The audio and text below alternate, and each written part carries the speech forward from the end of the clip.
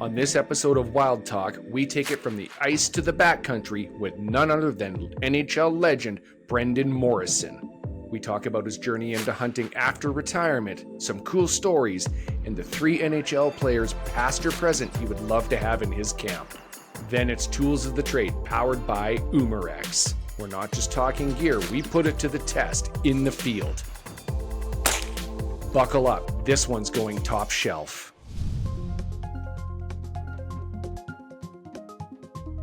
I'm your host, Steve Hamilton, and you are watching Wild Talk.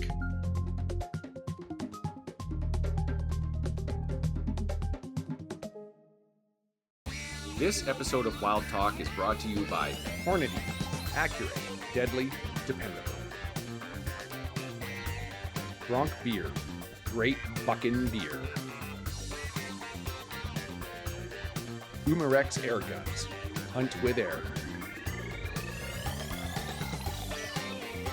And these fine sponsors.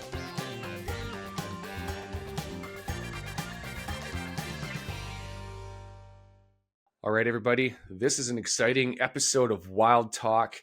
I'm joined by somebody that we actually go back probably 25 years ago, the first time we met, and we're reconnecting through that shared love of hunting.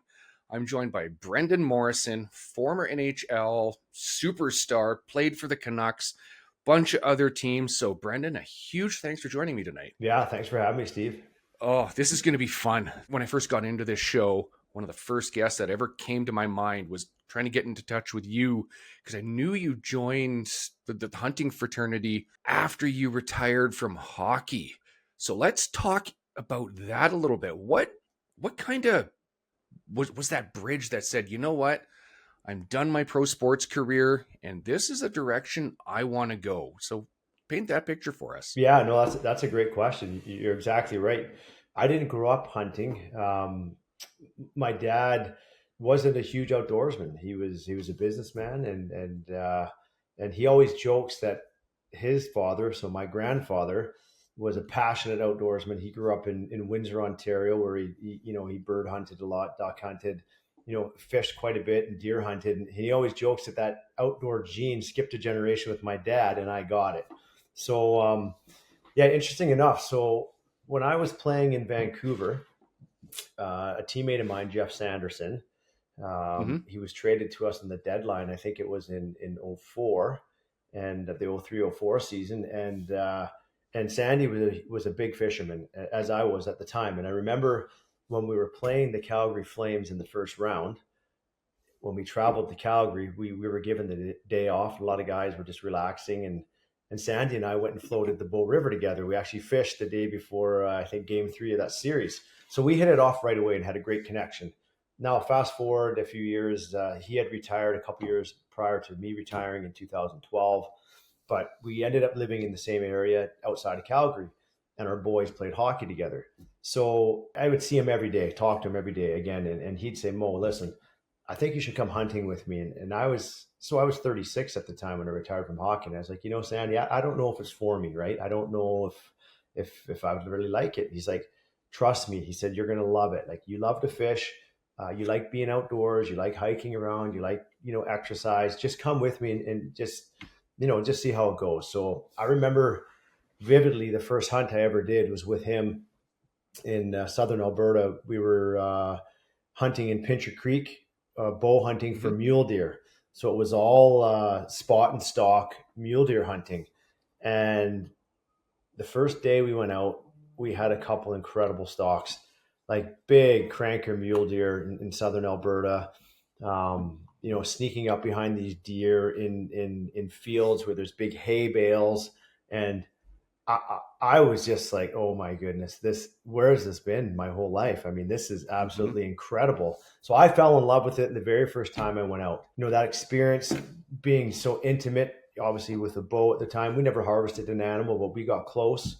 And just the challenge of the chess match, if you will, of so many different intangibles going into the chance of just getting an opportunity, let alone trying to get an animal, right? I mean, there's so many things that factor into it. So that first day I was hooked. And from there, it snowballed, and I'm very passionate about it. I love being outdoors.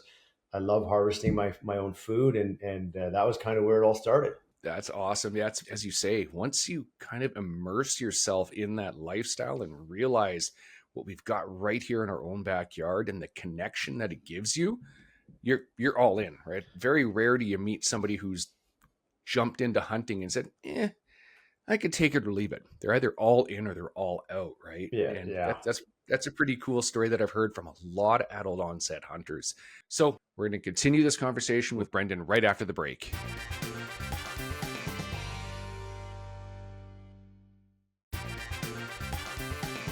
And we are back with more Wild Talk. You talked about that mindset of challenging yourself and getting out there, and you never know what that's going to look like. So what kind of parallel do you see with that with hockey? Well, I think there's a lot of comparables to professional sports, especially hockey with my background, and there's so much preparation that goes into it, right? From everything from depending on where you're hunting, whether it's a day hunt or you're going on a 12-day raft for moose up in the Yukon, which I was able to do last September.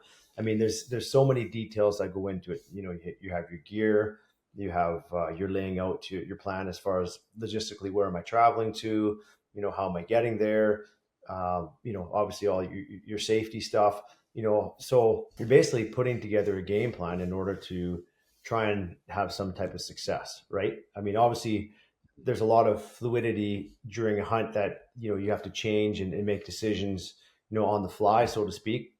Not unlike a hockey game, right? I mean, you can draw things up. Hey, we're gonna run the power play this way, or we're gonna forecheck this way. But if things change out on the ice, you can't keep doing the same thing, or you're not going to have any success. So you have to be able to have that mindset where you can adapt and you can change. One of the big things I've learned over the years about hunting is really to exercise patience, man. Like, when you first get into it, it's like you're so gung ho, and I had this thought in my head for whatever reason, and it was completely wrong, that I do bow hunt, I do rifle hunt, and but I always had this mindset that I'm going to bow hunt because hunting with the rifles, that's way too easy. Well, let me tell you, that couldn't have been the Yep. furthest thing from the truth, man. Like, just because you have a rifle in your hand, I mean, there's so much that goes into a hunt in order to have success. If let's just say we're calling a harvest a success, because a lot of times I've had some of my most successful hunts where I haven't harvested an animal. Things where Yeah. I've learned so much about animals. I've learned so much about an area. I've learned so much about myself and what I can handle kind of mentally and physically. Mm-hmm. So there's a lot of things that are parallel between hockey and hunting. To me, it's almost like a competition between I'm competing against the animal, and I want to win this competition. And I don't know if that's the right way to think about it or not. I've questioned myself if that's the right way I should be doing it or not. But I think that's why I'm willing to go over that next ridge, and I'm willing to walk that extra mile. Mm-hmm. Or not just me, everybody who loves to do it, that just keeps fueling them and keeps pushing them, right? It's that competition, and that you're not going to get beat. Yeah, I agree. I drive a lot of my hunting partners nuts. I'm sure of it, because when we're out bear hunting, I'll be okay. I am not going to turn around, or we're not going to turn around until I can see around that corner or over that next ridge, because you never know what's there. And every time you come over that hill, there's always something around the corner, and you're like, oh no, I got to keep going and keep pushing yourself. And because you never know, right? You're challenging yourself as well as the animals, and there's nothing like it until you actually jump in and do it. Yeah. So we're going to continue this conversation with Brendan when we come right back with these messages. Stream past episodes of Wild Talk at wildtvplus.ca.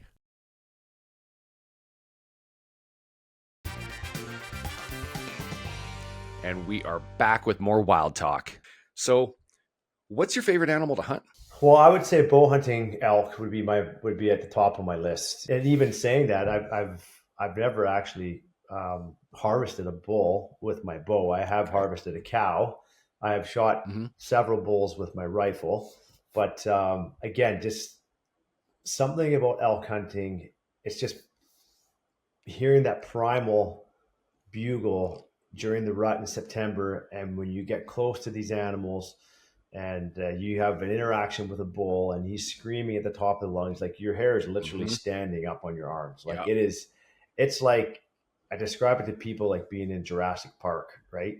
Yes. And sometimes you don't see the animal, obviously, but you're hearing this bugle and these grunts, and you're just like, holy cow, then the first time I heard it, Yeah. I was actually freaked out. I'm like, what's happening Yep. here? But Mm-hmm. it is quite the experience. It's a remarkable experience, man. I'll tell you that. But Yeah. I do enjoy hunting mule deer, whitetails. I mentioned earlier I had an unbelievable Yukon moose hunt here this past September, and I was actually able to go on my first bear hunt ever with my I son saw here that. this past spring, which was quite the experience. So I've been, like, I haven't traveled all over the world and hunted all these different places. I've been, fortunate enough to hunt in BC, Alberta, and up in the Yukon, and I've had some pretty amazing experiences, and hope to keep going and add several more. Oh, definitely. There's something about an elk hunt. I've only ever taken one elk with a rifle. I had a draw about 10 years ago. The first time I'd ever got into the elk hunting scene with a couple of buddies, same sort of situation. You're sitting there and you just hear the forest light up with the bugles. And you go, what the heck is that? And your skin kind of lights up and the hairs stand up in the back of your neck. You nailed it though with the word primal. That's exactly what it was. It was just like, wow, what is this? Oh yeah, it's So it's it's yeah. crazy, right? And those interactions too. I mean, Mm-hmm. the more time you spend out there, obviously, the more you learn, the more you see. But just just being out there in the morning and watching the sun come up and watching really the world come to life, right? Yeah. Birds, coyotes, whatever, things moving, and then. But what I love about being outdoors and hunting is how your senses just become heightened, like your Yes. hearing, like your vision. And it's funny, before I hunted, I could drive down the road and I probably missed thousands of animals over my Mm-hmm. day, right? And then when I got into it, I'd Yep. be driving. I said to my wife, "Do you see that? Look at that! Look at that animal over there." She's like, "What are you even talking about?" I'm like, "He's right there. He's right there." Or and then my kids would get into it too, and it's pretty Yep. funny the things that you notice now. But just kind of really becoming in tune with nature, Mm-hmm. and you know, I'm a big fisherman as well, and I kind of describe it to people as kind of like my meditation, getting outdoors, and Right. kind of having that interaction with nature. Yeah. It's an experience that connects you with you, for lack of a better term, and it's primal. You nailed Yeah. that word perfectly. We're going to continue this conversation with Brendan right after the break.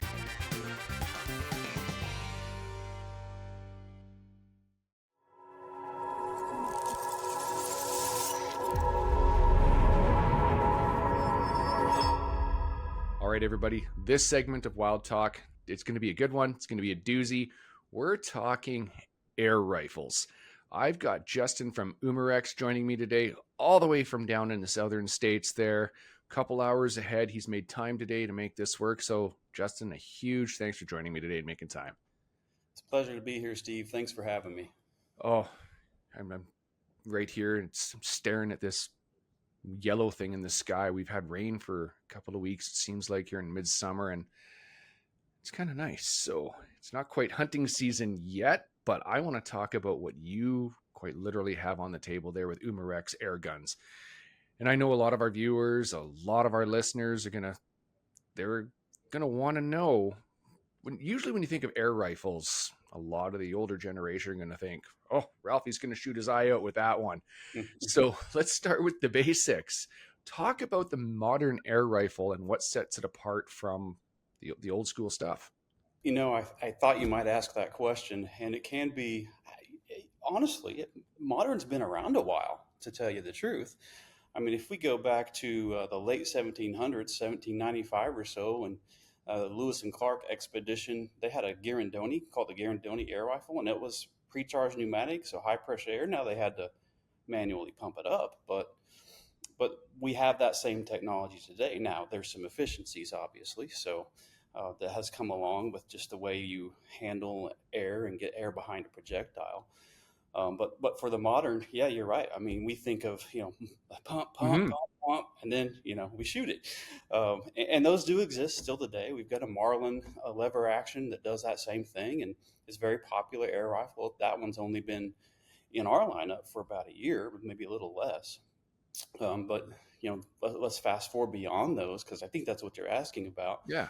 Well, we're talking about nitrogen powered air rifles. So we've got a nitrogen cartridge. Actually, yeah, let me just show you that. I have a nitrogen cartridge. That right there is 3,600 psi. Now, a lot of people may not realize, well, what's 3,600 psi? But if you think about your tire at 32 psi or 35 Yeah. psi, or your balloon at 17 psi that you blow That's some up, pressure. right, there's a lot of pressure in there. So we've bottled it and put it into a cartridge so that you can screw it right into an air rifle, a pellet gun, and it provides you, 45 shots or so on a regulated gun. And regulated means we're controlling the amount of air, volume of air, Hmm. and pressure behind that pellet, so that you get consistency out of that gun. So you can fire, shoot, you can shoot precision targets. You can shoot small game, because you get small little targets on small game. But that's what modern air rifles are nowadays: is high pressure, regulated amount of pressure and volume. And then there's other things that go into play as you move up the echelon of price points, I should say. That you'll get just higher performance, different barrels, just different trigger sets, and all those good things. Multi-shot semi-automatics are around. They're not real popular, but I think they're going to come along eventually. Just depends on how technology advances and the way we can move air with these things. But yeah, there's a lot of modernality, if you will, in air guns nowadays. No kidding. I remember as a kid, as you said, you had the pump, or you had the little tiny CO2 one that you squeezed Hmm. in there, and you were lucky if those things knocked over a tin can. So what kind of velocities are you getting out of these? So yeah, so you talk about CO2, like an air pistol that runs Hmm. on CO2. You're going to average around 350 feet per second. Your rifle's about 700 feet per second with CO2. So with nitro air, and nitrogen, you're going to run around 900 feet per second. And then if you get beyond that, there are air rifles that go well beyond that. There's 1,300 feet per second air rifles, but generally speaking, 1,000 to 1,500 psi is that top. That 1,500 is the top end. But generally speaking, a pellet is going to do weird things after it gets out there beyond Hmm. 1,100 feet per second. So is it necessary? Maybe not. But some of us just like that speed. So there's a lot of power behind it. There's a lot of accuracy, and they're user friendly. I imagine something like this is going to be good for a new shooter. Yeah, you can go a lot of different ways with that. So I participated in a TV show where they showed someone, they stepped them up. They started with a simple BB gun that had no action to it, and then moved them up to a BB gun with a slide recoil, or what we call blowback action, and then moved them to a 22 long rifle, and then eventually to a 9 millimeter. So it was that progression of no movement, no sound, to some movement, to some sound and movement, to bang and movement, right? So there is that. And then with air rifles, it's real simple. There's not a whole lot of recoil, especially in the smaller calibers, 30 caliber and under. There's just not recoil. The noise is fairly low. That depends on the gun. But then when you get above 30 caliber, if we have a 50 caliber, it's got a good kick and a good push and a big report. But it's made to hunt with. Awesome. So as we wrap this up, where can somebody find one of these things? The best thing to do is go to your local retail shop and ask for Umarex air guns. Ask for the Umarex Complete. Ask for the Umarex replica handguns, BB guns. The Umarex Primex is a great break barrel. It's a good place to start if you haven't been into air guns since you were a child, or with your grandpa. And go out and look for an Umarex break barrel and get your feet wet, and then it'll open up a whole new world for you. Awesome. Huge thanks for joining me today, Justin. I got to go check one of these out. Uh, Looking forward to seeing how you do with it.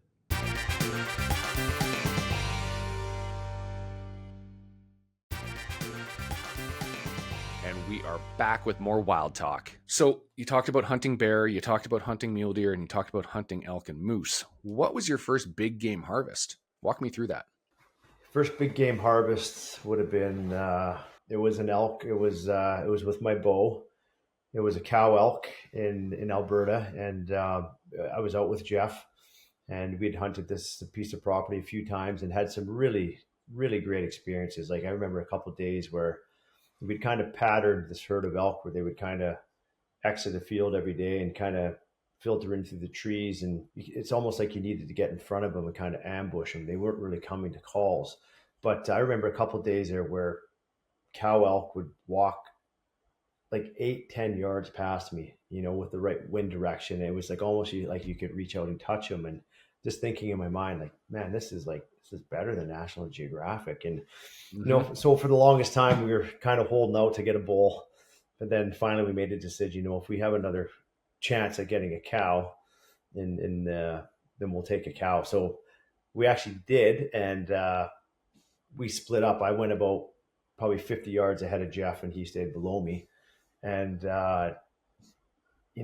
was able to get in a good spot and had a nice shot at a cow elk, which I harvested. And unbeknownst to me, Jeff had also shot a cow elk. So we had a double header at the same time. So yeah.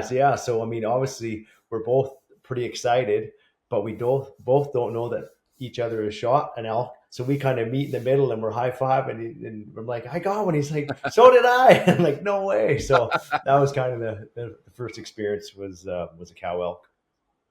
Oh, yeah, and you're quite literally up to your elbows in blood and guts and dealing with it, and smile never left your face, no doubt. Right, and then that's the next process, right? Like that's the next step. It's all a learning experience, right? Like I had never field dressed an animal. I mean, my buddy Jeff had done it multiple times. So again, it's a whole new learning process right there. And no, I'll tell you, like it was almost an emotional experience after it really is the first time. And not only the first time, but every time that I've harvested an animal, it, because you have people say, oh, what, do you like killing animals? No, I don't. That's probably my least favorite part of the whole experience. But I understand that's part of the process if I want to, take this food home to my family and I want to eat this great protein. But I remember walking up to that animal and, it was, like I said, it almost like kind of had like teary eyes really, but being very thankful, right? Like very appreciative, paying respect to the animal. And I do that all the time. When I have success harvesting an animal, is going up and making a point to just say thank you, for this opportunity. So it's kind of, you have these roller coaster of emotions, right? I mean, you go from the highest of highs to like the highest amount of adrenaline you could probably have when you are at full draw, or you are looking at an animal through your scope, right, with the safety off, and your heart's about to leap through your chest. I mean, it's hard to describe it, but it is, it's like going, like I said, you go from 0 to 100 and then you're back down to 0, right? It's, pretty special. It is emotional, right? Every single time you take an animal, there's always a little bit of a connection that you feel, right? Whether you're up here or you're down here, everybody feels it in their own sort of way, I'd like to think. So we're feeling that connection. And that's what a lot of these people that sit on the fence and talk about hunting in a negative light don't realize. It's that ending the life is something we don't like to do, but we realize that it's a necessary part of the hunt in order for our own lives to continue, right? We take out that middleman and do the true field to table lifestyle, right? Yeah, no, you're exactly right. And I mean, you're always going to have people with their own opinion, and that's kind of what makes the world go round, right? But maybe, I think if you're not the person actually doing it, but you're buying things from the store and you don't see the whole process, and you don't fully understand it. So it's really tough to pass judgment on somebody who is doing it, right? And so it's like anything. If you haven't experienced it, it's tough to Mm-hmm. speak on. But again, everyone has an opinion, and I like to talk to people about it and try to understand why they think certain ways. And I think Mm-hmm. you'll in that respect, but hopefully they can understand your point of view and respect how you see things. That's right. That's right. We're going to continue this conversation with Brendan right after the break.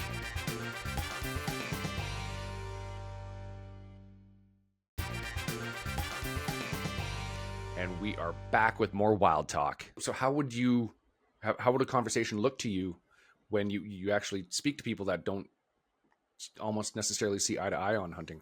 Well, I think a lot of times I think it surprises people that I do hunt. They're like, "Oh, you hunt?" I said, "Yeah, absolutely, I do." Well, one, I love to be outdoors. I love the physicality of it. I love staying fit and getting exercise. I mean, that's always been a huge priority of mine. Even when I retired from professional sports, I just it's just kind of ingrained in me, and I enjoy doing it. And I just speak to, I mean, some of the best days I tell them that I've had is watching the sun come up and just watching Yeah. how other animals interact with each other, and just try to explain the entire process to them, right? The whole experience. It's just not about like we talked about, is that the end game where Mm-hmm. you've ended a life and you've harvested an animal. There's so much more that goes into it. It's bonding with like your family, like you mentioned your daughter. I've had the chance to go out with I have 4 kids. I've had a chance to go out with Mm-hmm. 2 of them to hunt. My son and one of my other daughters has harvested a couple cow elk. So you have that bond with your family. I mean, with your friends, being like a camp environment or wherever you are, back at a hotel, if you're staying there, or you're sleeping on a tent somewhere remote. I mean, having those experiences, telling stories, right? I mean, it's everything that goes into the experience that really makes up the total package of it. That's right. I tell people quite often that some of the most successful hunts I've ever had, we've never even put an animal in the truck. We realized really quickly that, you know what, we're not out here to put a bear in the back of the truck and in a freezer. We're out here for the experience and the bonding and just have conversation. And that's what a lot of hunting is about. And I'm sure you've experienced things like that, right? Yeah, absolutely. I mean, it's not all about I got to go out and just whack something, like that's just Mm-hmm. the end all be all. It's like you said, so many times where you just are just taking in nature, you're taking in what's happening, how these animals are interacting. I mean, there's multiple times where I've passed on animals and just to Oh, yeah. observe them and watch them, and hey, let them mature a bit more. Let them maybe wait till they get a little, not, I'm not saying necessarily bigger, but more mature, like so they can do their thing, and so the next Mm-hmm. generation has the opportunities to do it. So again, it's all a process, right? I mean, hunters and fishermen are really stewards of the land, right, and of the That's right. water. And they, for whatever reason, get this rap sometimes that they're terrible for the environment. I mean, they pump so much money into the environment, Oh, yeah. preserving lands. I mean, they like I said, I think the key name or the way I term it is kind of stewards, right, of the resource, right, taking care of it. It's managed properly. There's a lot of science behind a lot of the decisions, and I think what it really comes down to a lot of hunters is just being respectful, right? Respectful of the resource, being respectful of rules and regulations, and just having a conscience when you're out in the Mm-hmm. bush, right? And I think for the most part, you're going to find that with true outdoorsmen. That's right. I want to kind of pivot back a little bit. You mentioned when we first got talking that you just went on your and got your first bear this past spring. Yeah, I want to hear that story because I love bear hunting, is quite evidenced by behind me here. I Bear noticed hunting that there. Yeah, that's and impressive. predator hunting is my jam. So Nice. we're going to continue this conversation with Brendan when we come right back with these messages. The great folks over at Numarex have sent us up a few air rifles to play with, and this one is their newest model. This is the Numarex Complete. This is one of their newer models. You don't need a compressor, you don't need a tank, you don't need a hand pump. Instead of compressors and pumps, it has these nitrogen cartridges. They're super simple to change. You pop that out, screw this in,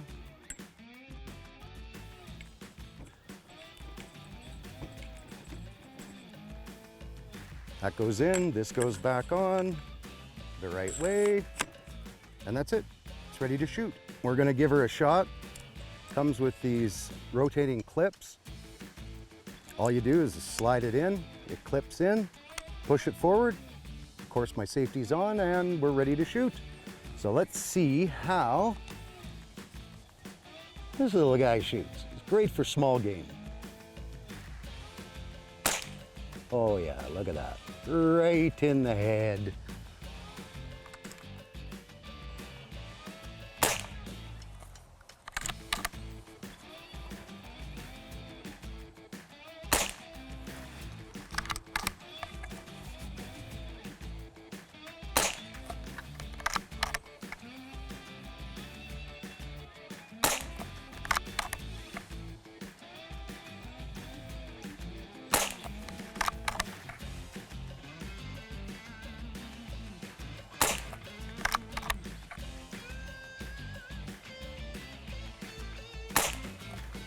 That's it.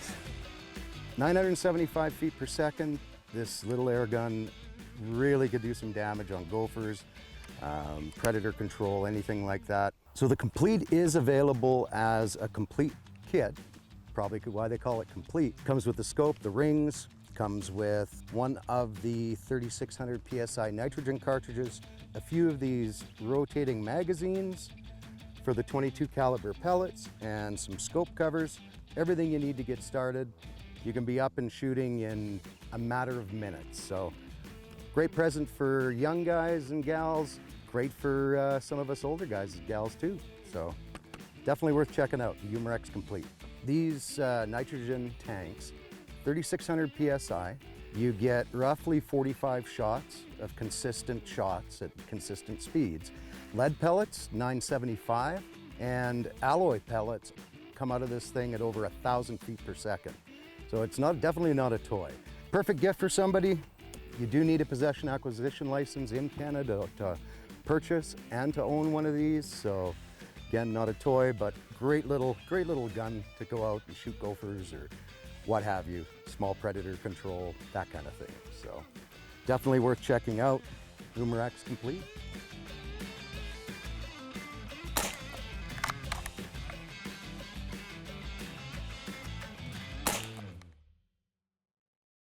Stream past episodes of Wild Talk at wildtvplus.ca.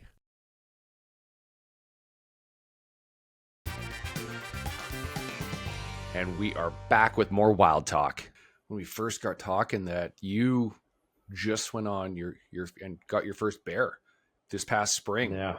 Talk me through that one. This is one I'm genuinely interested. Yeah. So the bear hunt has been an evolution for me. So when I first got into hunting, 15 years ago, I didn't have any desire to hunt a bear. I didn't. I was kind of into elk. I was into deer, and that was kind of my thing. And over the years, as time passed, I kind of, started to do a little bit more research, got educated a little bit more about bears. And then I think what really put me over the edge was I had a buddy come out and fish with me here on the West Coast a couple of years ago, and he had some pepperoni, and he said, "Hey, I got some pepperoni for you." He's like, "Try this." Guess you every time.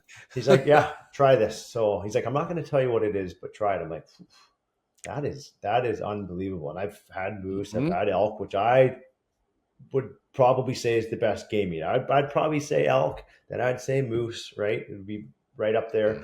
Anyways, I had this piece of pepperoni, and I said, it doesn't taste quite like elk, but it's as good as any elk pepperoni I've ever had. And I couldn't get it. He's like, black bear. I'm like, no way. Yep. He's like, yeah. Because I always had this thing in my head, and I wanted to eat whatever I was going to harvest. And that's just me. Yep. That's just the way it was. I mean, I don't judge other people if they have, their jam is to go big game hunt and do whatever. I mean, that's everybody's their own prerogative, right? But just me personally, I was only going to harvest an animal if I could eat it. So once I had that pepperoni, that kind of put me all in. So Terry Kenmuir from Corlane's, up in Prince George, Corlane's Sporting Goods, chatted with me. I met him about a year and a half ago, and we kind of become pretty fast friends. He's he's helping sponsor a show that we're involved with, Hook and Harvest. So long story short, Terry's like, hey, I have an opportunity in the spring to go hunt with Chilcotin River Outfitters and Nick Yarish, and would you have any interest in going to hunt for a black bear? And I said, you know what, Terry, I would. I said, I would love to do that. So he's like, you know what, we have room for one more. If you want to bring one of your kids, that'd be fantastic. Awesome. So I asked my son, who we've never really been on a hunt like this together with. He's come with me, a couple times when I've whitetail hunted and elk hunted, but he's still playing hockey in university. So his season starts, like, he's got to be back in the middle of August. So he's kind of out for hunting. So this worked out perfect. So I asked him, he said, Dad, I'd love to do that. So fast forward, we fly to Prince George, we meet up with Terry, and we head into bear camp. And again, this is all new for me, right? I've never done a bear hunt. So it was awesome. Like, I mean, the first day in there, I think we saw 18 bears the first day. And we were just like, wow, this is pretty cool. And the area back there is spectacular. So, so funny enough, we ended up hunting the first 2 days together, and we saw some nice bears. And again, I had this vision of me stalking with my bow. Opportunity never presented itself. So day 3, I actually split up with my son just to cover some more ground, right? And of course, that day is the day that he gets his bear. So what was pretty cool is, though, I mean, we were remote and service wasn't great, but we had some sat reception and they just sent us coordinates. So we were able to kind of get to the general area of where they were, getting the bear from. So we hiked in there when they had just finished, basically putting the bear in the pack, etc. So my son was hiking it out. So, he was pretty excited and pretty pumped up. And obviously I was super happy for him. And, I said, now the work begins, bud. You got to pack this thing out a little ways. So about halfway through, and he's in good shape. He's a 23-year-old kid playing college hockey. He's like, Dad, this might be one of the hardest things I've ever done. He's like, my legs are shaking. I'm like, well, yeah. I can spell you off for a few minutes, buddy. So, I helped him out a little bit, but he wanted to do it all himself. But he did the majority of it for sure. But he, super proud, that's the grind of it, right? So that was cool to kind of get to see the end process of it with him. So the next day he's done, he's tagged out. So we get in the car truck together again. We're driving to a spot, and with Nick and Terry, and we see a nice boar kind of in a cut block, kind of not too far off the road. So we get in there, and he's kind of in a little bit of a ravine, and we pop out and we try to get a stalk on him. Like, can't use the bow, just the wind, the way everything's set up. Okay, so I have my rifle, and so we're above this bear. We're probably at this point in time, probably 300 yards above the bear. And we see him, and he's nice in the binoculars, but he's down in a little bit of a gully with his back kind of and his facing away from us. So there's no shot. So we kind of, side hill a little bit, wind's in her face, wind's good. Bear starts moving from our left to right, but he's kind of on a bit of a trail that's undulating up and down, up and down. And I can't get a good shot on him right now. He's under 300. He's coming into like 280, and then he's at about 260, and I'm set up. He's kind of in a good spot, but I hesitated a little bit, because I wanted to be 100% sure, comfortable, right? Don't ever take a shot where you're not completely set. And then just as I'm about ready, flick the safety off, he moves again. So I'm like, okay, safety back on. I'm like, and now everyone's kind of getting a little bit antsy, like, because we can't see him that good. And he's completely out of our sight now, but we think he's tracking up this road. So I get up a little bit closer. Now I'm about 220. I'm like, okay, he's got to pop up right on the spot here. Like, if he doesn't, then I've missed my opportunity here. So kind of waiting, like 10 seconds probably seems like 15 minutes at that point in time, right? And just trying to, calm yourself down, calm your breathing. Yep, take a breath. And he did exactly what we thought the bear was going to do. And he came out, and he just kind of... came off that bit of a knoll there, and he came up and was in a perfect spot. And I made a good shot on him from about 220 yards, and he just cartwheeled him, and he stoned right there. Like, he just laid flat. And man, so it was pretty cool. But then so obviously a lot of excitement and then walking up to the bear again, it was very emotional, right? I mean, this is, and I couldn't believe how big the bear was. Oh yeah. Like, I mean, I know there's bigger black bears out there. I get that, but this was a nice bear. Oh yeah. He was, I don't know, all of 350 pounds, maybe over that pushing. And he had like a 19 and 5/8 skull. Like, it was a big, Wow. beautiful bear. And I think he measured out to 7'8", so it was a cranker. Like, I mean, as first my bear? first bear, man. Yeah, I'm like, I just completely overwhelmed and just blown away. And my son's even, his was a 7-foot bear. Like, we just, Wow. yeah. I mean, it's really hard to describe how fortunate we were and how lucky we were and how thankful we were to be invited by, Terry and Nick to come up there and experience that, because my son and I, that happened back in June, and we still are talking about that trip every time we chat about Good. the memories that we made from it, and just it was quite the experience. It was awesome. Oh yeah, I remember seeing the pictures and going, those look like good bears. I had no idea they were that big. But again, it rolls back to that sharing of the food and the sharing of the experiences that drew you into the bear hunt. We're going to continue this conversation with Brendan right after the break.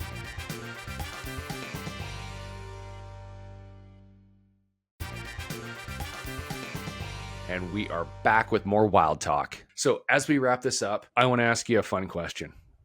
If you could pick 3 NHL players, past or present, or current, current, present, same thing, to join you in the backcountry, who would you pick? Ooh, that's a good one.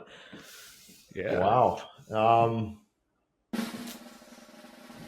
Well, I mean, my favorite player my favorite player growing up was Gretzky, like a lot of guys in my generation. Tough call. Yeah. So I think, I mean, and these guys, they don't have to have any hunting experience. It's just, zero. Okay. You just want them there. Yeah. Well, I'm going to say Gretzky. I mean, I have had the chance to meet him before. I think just hearing the stories, right, and all of his experience and everything he's been through. I mean, he's got to be at the top of the list for me. Man, I would go with probably an older school guy. Like, let's go old generation, like a Gordie Howe, right? Gordie Howe, again, thought of as one of the best hockey players of all time. Kind of dominated the game, played for 4 decades as a pro. That would be a pretty interesting guy. And I'm going to go with Bobby Orr, another guy who kind of reinvented the game on the back end there as a defenseman, obviously, and really changed the game from a defensive point of view, how defensemen controlled play, jumped in offensively. And it's too bad his career was so, short-lived with his bad knees. But I think that would be a pretty good crew up there with a lot of great stories. I would literally pay to sit at that camp and listen to them. So would I. No doubt. Awesome. Brendan, it's been a blast listening to your stories, reconnecting, and I look forward to seeing what you do in the future as you just essentially beginning a new career in hunting. Yeah, man, I'm already thinking about what I'm doing here in September. A good chance I might get into a sheep hunt here in September, which is awesome. First time I'll be doing that, and then probably some elk hunting as well. And I'll get back out with my daughter again. She's got a late season cow draw. So it consumes you, right? You're always thinking about it. So I really appreciate the time. I appreciate being able to talk about it, even though it's fairly new to me as far as, for 15 years, but I'm very passionate about it and enjoy it a lot. Awesome. Thanks again, Brendan. Thank you. This episode of Wild Talk is brought to you by Hornady. Accurate, deadly, dependable. Bronc Beer. Great fucking beer. Numarex Air Guns. Hunt with air. And these fine sponsors.